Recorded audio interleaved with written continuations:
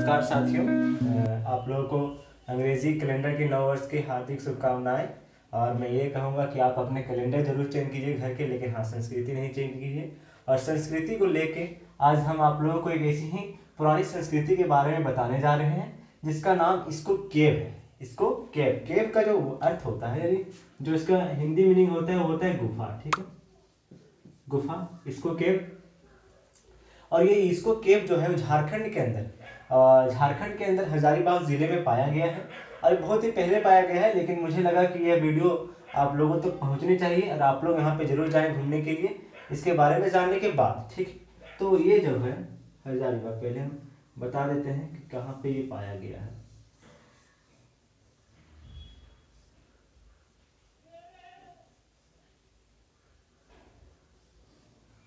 ये आपका झारखंड हो गया, और झारखंड के इस क्षेत्र को क्या बोलते हैं? हजारीबाग जिला। ठीक है, हजारीबाग। और यहीं पे आपका इसको पाया गया है। इसको एक गांव का नाम है, और जो वहां पे गुफा पाया गया उसी को हम बोलते हैं क्या? उसी को हम लोग बोलते हैं इसको गुफा। ठीक है, इसको नाम से, इसको गांव के नाम से, जिस प्रकार सिंधु घाटी सभ्यता थी ना, तो सिंधु नदी के नाम पर पड़ गया, उसी प्रकार यह गुफा इसको गुफा के नाम पर पड़ गया, क्योंकि वहां पर इसको गांव है। तो यह जो हजारीबाग, जो खास हजारीबाग है, वहां से लगभग 50 किलोमीटर की दूरी पर है। 50 किलोमीटर की दूरी पर है इसको गांव। और इसको गांव जो है वो बड़का गांव प्रखंड के अंतर्गत आता है। बड़का गांव नाम का एक प्रखंड है। ठीक है, और विधानसभा क्षेत्र भी है, जहाँ की विधानसभा भी शायद सदस्य जो है वो अम्बा प्रसाद है शायद। तो वहाँ की जो है बड़का गांव प्रखंड के अंदर इसको गांव आया है। ठीक है, इसको गांव है, और इसी के अंदर एक गुफा पाया गया है। तो क्या है, इसके अंदर पहाड़ी है, पहाड़ है, जिसको बोलते हैं अवसार, अवसार श्रेणी, अवसार श्रेणी बोलते हैं। ठीक है, अवसार श्रेणी है, एक प्रकार का पहाड़ है। और वहीं पे एक सती पहाड़ है, सती पहाड़, सती पहाड़ है शायद, हाँ सती पहाड़ है। और सती पहाड़ में ही यह गुफा देखने को मिला है। यह गुफा देखने को मिला है, जो लगभग 100 मीटर लंबा और 25 से 30 फीट जो है वह ऊंचा है। तो इसकी जो खोज हुई थी वह 1991 में हुई थी, यानी 1991 में हुई थी इसकी खोज। 1991 में इसको गुफा की खोज जो हुई थी, लिखेंगे 1991 में हुई थी। और इसके खोजकर्ता का नाम बोला जाता है बुलु इमाम है। जो पुरातात्विक अधिकारी थे पुरातात्विक विभाग के, वह थे बुलु इमाम। क्या नाम है उनका? बुलु इमाम। जो उस समय क्या था, जो चित्रों का जो होता है ना, वह अध्ययन कर रहे थे और उनके बारे में जानकारी जुटा रहे थे। ठीक है, तो बुलु इमाम जो थे वह एक आदिवासी व्यक्ति, यानी जो एक खेटा मुंडा नाम के एक व्यक्ति थे। खेटा मुंडा, खेटा मुंडा नाम का एक व्यक्ति था। और वही जाके बुलु इमाम सर को बताए थे कि यहाँ पर ऐसा ऐसा कुछ बात है। तो जाके ये वहाँ पे देखे थे और उसका खोज जो भी होता है और उसके बारे में पता लगाए थे। ऐसा कहा जाता है कि बुलु इमाम बोले हैं कि यह जो है एक अध्ययन की मदद से 3000 से 7000 ईसा पूर्व, 3000 से 7000 ईसा पूर्व माना गया है कि जो इसकी आयु है, जो 3007 से 3000 से 7000 ईसा पूर्व है। यानी आज से 3000 और 7000 साल पहले की बात है, जो यहाँ पे इसे देखने को मिली थी। आखिर क्या देखने को मिली थी इसके बारे में आज हम जानेंगे। और इसको पहले हम यहाँ मिटाते हैं।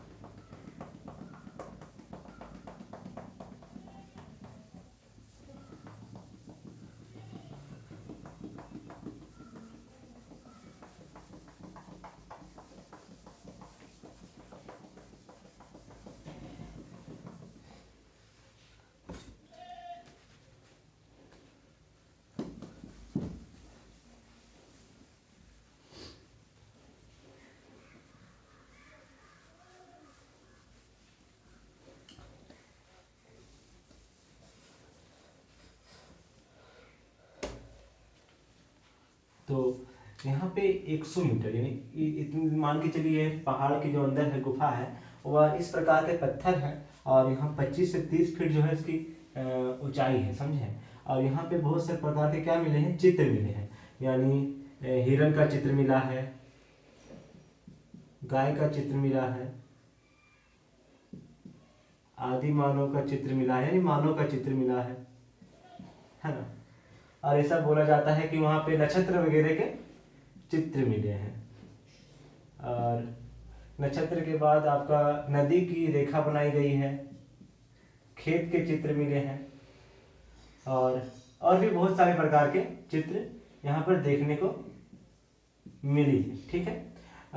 यह जो चित्र की खोज हुई थी वो बुलो इमाम के द्वारा की गई थी कि यहाँ पे जो चित्र है इन चित्रों को जो समकालीन बताया गया वो बोला गया कि ये शायद सिंधु घाटी सभ्यता के समकालीन है, उससे भी मिलती जुलती कुछ बातें थी इस चित्रों में, इसलिए बोला गया कि सिंधु घाटी के समकालीन हो सकती है, ठीक है।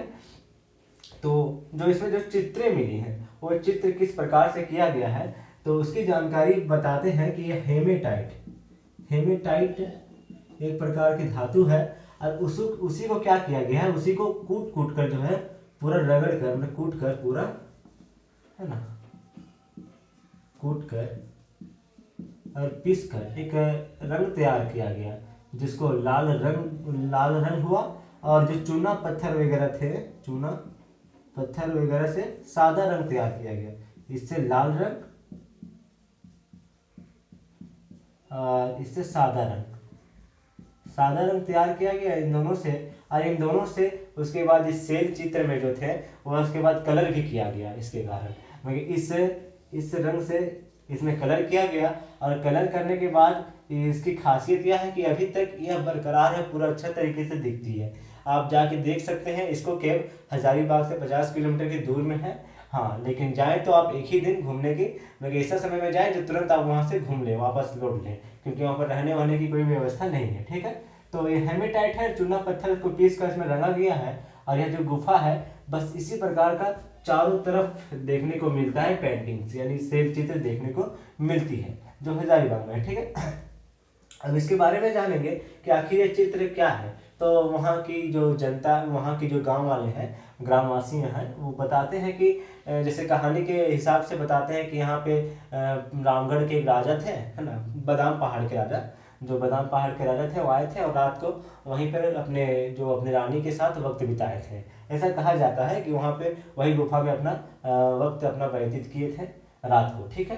तो कि वहाँ यह जो चित्र है जो कि गुफा के अंदर था, तो वह जब कि ग्रामवासियों के नज़र में चढ़ा तो वह उसको वहाँ से उठा के, ऐसा बोला जाता है कि अपने घरों में लगा लिया। आप देखे होंगे आदिवासियों के घरों में, है ना, तो वह बहुत सारे प्रकार के दीवारों में चित्र बनाते हैं जिस चित्र को कोहबर चित्र कहते हैं, ठीक है। तो वह कोहबर चित्र जो होता है, देखिए कोहबर जो होता है, कोहबर बुली माम ने बोला कि ये जो चित्र है वो कोहबर से कुछ मिलती जुलती है। तो कोहबर जो चित्र है उसका अर्थ होता है, कोह मतलब होता है क्या और वर मतलब क्या था। कोह मतलब होता है गुफा, ठीक है, और वर मतलब होता है दूल्हा दुल्हन जो होता है, ठीक है, वही।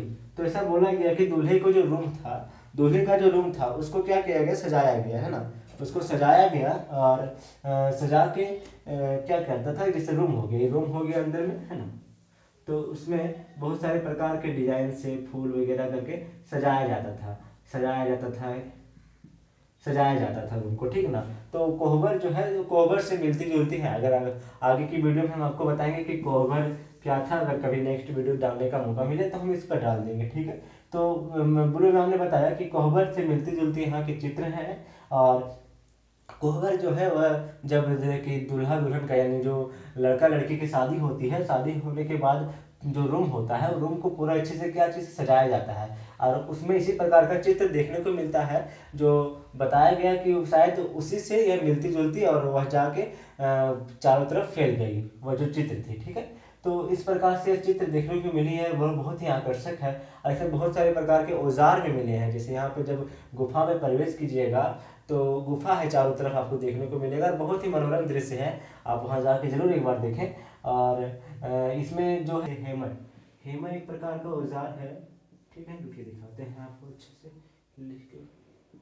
हेमर, हेमर एक प्रकार का औजार है जो फेंक के जो फेंक के मारने में काम आता है, फेंक के मारने में, है ना, जो फेंक के मारने में काम आता है, ठीक है।